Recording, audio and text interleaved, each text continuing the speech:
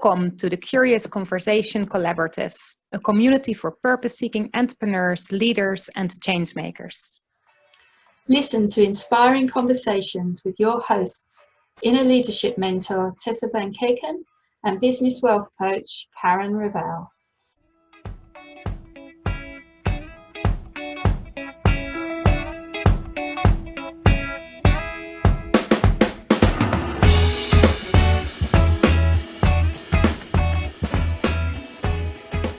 And welcome back everyone to this summer series of alignment in your business. And today's episode, we were going to talk about the whole concept of selling and how that makes people feel. And really this, for me, especially with heart-centered entrepreneurs, there's a lot around what I would say the difference between giving and getting. I like to say the getters, the go-getters versus the go-givers. And, you know, I think for a lot of people, sales seems to be a dirty word. It's kind of like you feel like you've got to go out and get the sale, and it's like you're chasing and you're you know, I remember someone telling me that as a salesperson, it was like they learned the ABC of selling, which was always be closing. And it's like, it just, you know, and it makes us all feel horrible and grubby, and you know, it's just like that really just kind of like you're going out and you're doing something to someone. Well, for me, it was really around also this idea that, like, you know, for those of you who have service or product businesses, or who have your own business that actually, you know, do sell something, like whether it's a product or a service or whatever it is, that for me, it was really the eye opener. Like, you so often we talk about our ideal clients, our potential clients.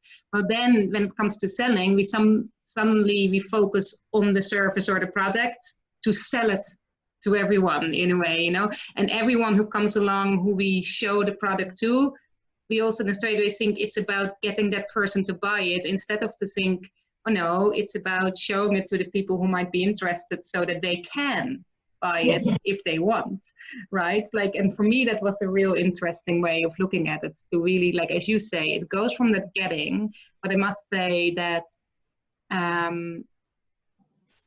it's like, you know, that it's also this idea of, like, again, I think it's twofold. For me, it's like, when your service is something that you really offer from your heart, then it really does feel like selling your soul by selling it in a way, right? There is that feeling of like, yeah, but I have this gift, I want to just give it, because that's what you should do, as a gift, right?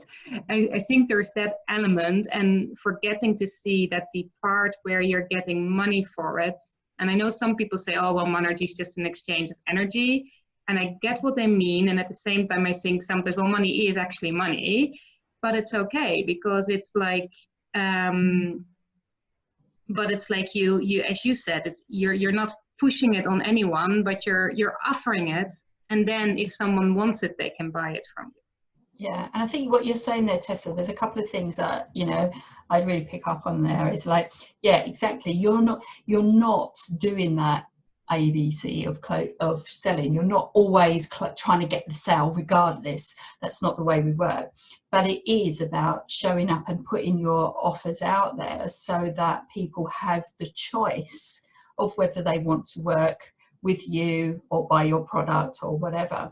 But I think the second thing that you've mentioned there is the fact that when you're coming from your heart and you're doing something that you're absolutely passionate about and that you love, and especially when it's your own expertise, there is this kind of feeling sometimes that we're actually selling ourselves. And so if someone says no, we can often take it as a personal rejection. And if that happens a few times, it can be really hard to pick yourself up and go back out there again.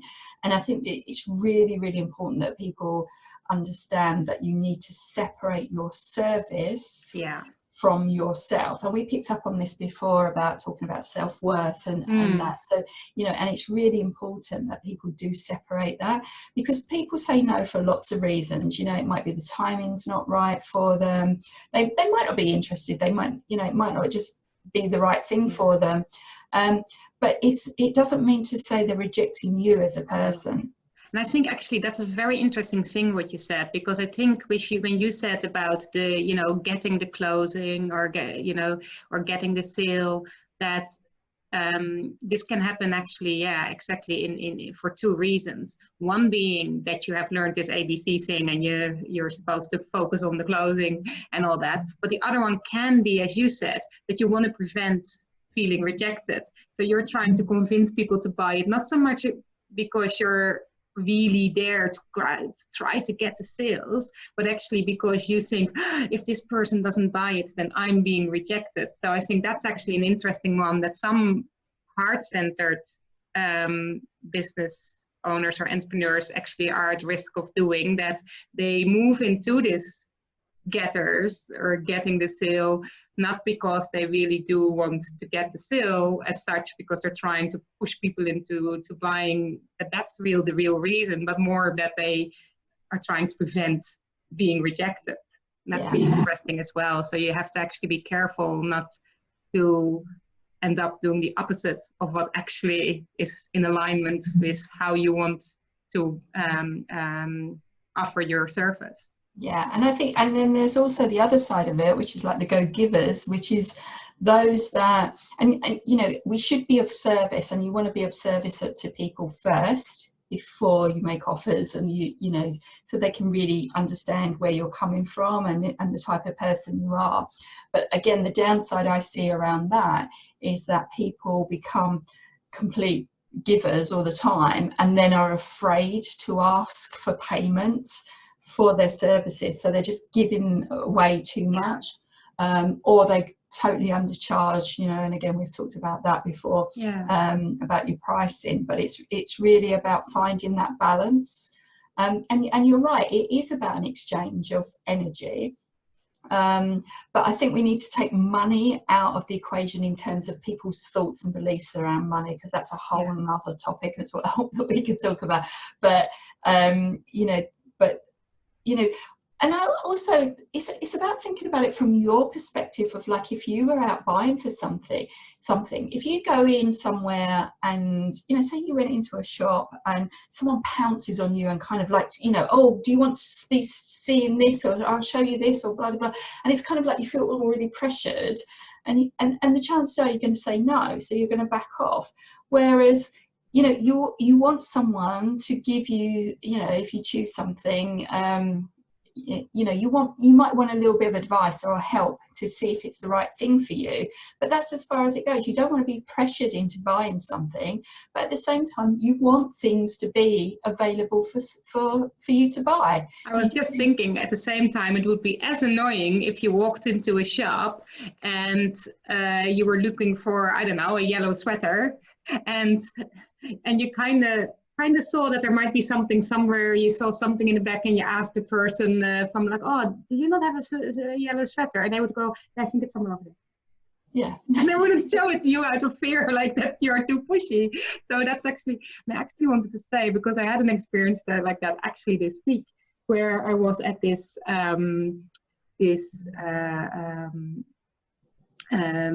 professional women network, and it's for a specific business chat for entrepreneurs, so a network meeting online. And I know these people well, or most of them anyway, and we always start with sharing a win. And so they said, so I shared that I had finally launched my membership program, and it was like, you know, so I talked a little bit about it, and then I didn't share the link to it. And later, the person guiding the chats, he was saying as well, so why didn't you share the link? And I was like, well, I didn't want to, you know, be salesy, or that it's like pushing this on people. I mean, I shared as a win. And then she was like, yeah, but here's the thing. If you don't offer it, then the people that actually are interested can't actually find it or look it up, you know. I mean, no one has to click on that link. I mean, you just sharing that link for those who might be interested. And that, I think, Absolutely. for me, that was very telling, that I noticed that I still do that I go into that mode of like, yeah, it's somewhere over there. Don't let me put it, show it to you, because I'm scared to be seen as salesy. And it's such a big thing, and I think, you know, like I say, for people to really flip this is think about it from the buyer's perspective rather than from you selling. It's like, if people want to buy, they can, you know, if you don't offer it out there for them, then they're never going to know about it. And if they're willing to buy, they're going to go to someone else or somewhere else, because they're willing to buy. You're not pushing anything onto anyone that they don't want. And as long as you stay in that, and you know the value of what you're bringing, you know, I think, you know, and this is where the phrase selling is service comes from. And it's true. You know, if you believe in what you're offering, you let people know about it, but you don't force them, then sales is service, because you're giving the other person an opportunity to learn something, to make a transformation, to change something, whatever it is that you do for them. But you are offering them something that they need and they want, and that's perfectly fine. Yeah, and I think I had to really learn that there is really that balance of, like, you know, I often the analogy of, you know, a plate with cookies, that, like, you know, there's a huge difference between, you know, having a cookie tin that you keep close to yourself and you barely open it and people really have to make an effort to take that cookie, or that you push it into their face and say, here, take my cookie, or that you just put it there, and you can either put it on the table, but also some people are a little bit shy, so that it's actually okay to, for instance, say, hey, have you tried the chocolate cookie?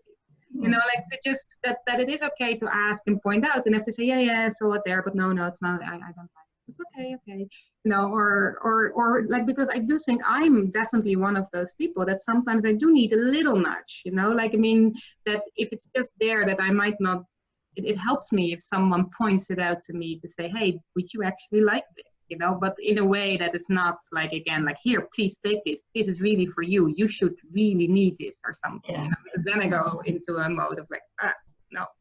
Yeah, absolutely. Yeah, and that's a great analogy as well. So, so Tessa, I hope at your next meeting that you're going to remember to promote your links. Yes, I'll be sharing them all around now. So yeah, no, I mean, yeah. So I think, but it is that, like, I think I love what you're saying, that it's like that selling is service, and I would really saying like that. Offering something is not the same as convincing someone, and I think that to me is the difference. Like, it's like about, it's okay to offer. It's a different thing if you're trying to convince someone. Yeah, absolutely. Yeah. Right. I don't know, like, I know, like, obviously that you know, I would like to say as an offering, like, that anyone who struggles with this, I must say, talking to you and your knowledge and your insights around, you know, money and wealth and how to do with these things has really helped as well to look at things differently. Yeah, thank you, Tessa. Well, I'm going to wish you best of luck with the launch of your membership as well, and yeah, and I think that's all we've got to talk about today. So until next time, we'll catch you again soon. Yes, talk to you soon. Bye. Bye. Thank you for listening. Did you enjoy this episode? Do share your thoughts and questions in the comments, or send us a message. Do you know someone else who'd be interested in our curious conversations? Please share and spread the word. You can find out more about us at KarenRavel.com and TessaVanKeken.com. Tune in next week for another curious conversation.